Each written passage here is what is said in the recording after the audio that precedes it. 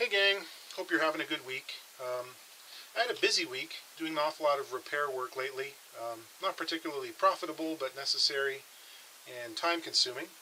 So I haven't had a whole lot of free moments to devote to the classical guitar project, but I'm hard at it today. I'm just gluing up some veneer for some purfling strips using my high-tech veneer clamping system here.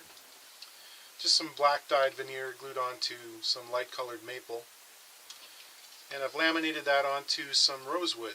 And I've used this rosewood in a lot of different guitars. I bought it really inexpensively about a dozen years ago, a big stack of it. Went into the exotic wood store and saw it there and realized that, no one else wanted it because although it had been milled for what looked like guitar sides, they were the correct dimensions, the grain was running exactly the opposite to what you would want for a guitar side. It's perfectly flat sawn. So you get, weird looking figure and it's not particularly stable. So I've been sitting there for a while. I got a good deal on it. And every once in a while I'll take some out and make some binding strips. So now that this is glued up, I'll plane it off and then I'll take it over to the bandsaw and cut it down. And it's nice to work with. I like this stuff. It's familiar. The other thing I'm doing is working on a template here for what I'm calling the ultra-modern guitar, which is something I've never done before. I'm borrowing some design ideas from Greg Smallman and the Australian luthiers around him who've picked up on his ideas, and also some of the European stuff around the double top design as well, using balsa. Now, these are extremely thin soundboards that are glued onto a framework of plywood, so they're quite rigid and heavy.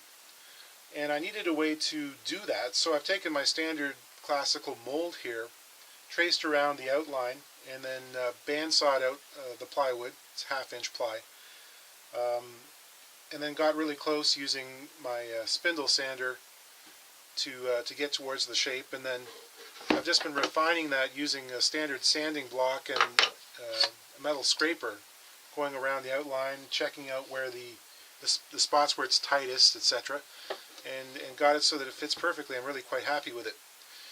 The next issue is I have to take into account the side width, because once I've made the sides, they'll be glued to the framework, and the whole thing has to go in the mold. So I have to find a way to reduce this all the way around by 2 millimeters. And that's kind of a puzzle. I was going to take a compass and then trace around a margin and then go back out and use my sander to try to get to that line, and I realized that was kind of hit or miss. I'm not sure I could be as accurate with that as I'd like, so I had sort of a light bulb moment. I'm going to use my binding router cutter, which has various guide bearings. So I'm going to do a 90 thousandths rabbet, which is 2 millimeters plus about 0.2.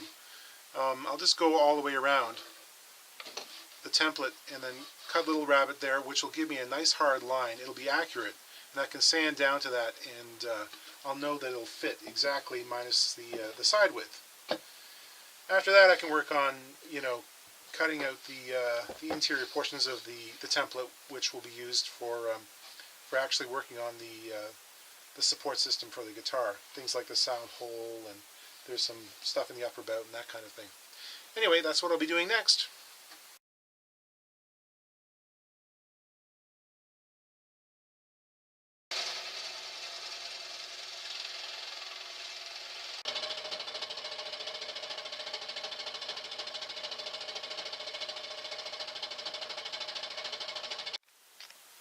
Okay, so I finally got the template done, and that was not an inconsequential amount of work.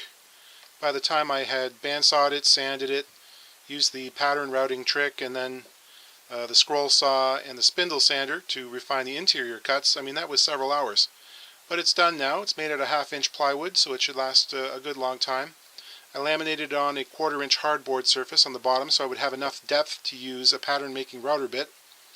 And I can use it to route certain portions of the soundboard down to make them thin. And also this will be the template to create copies that look exactly like this to make the soundboard support system. Anyway, fun day. Thanks for watching, and we'll see you again soon.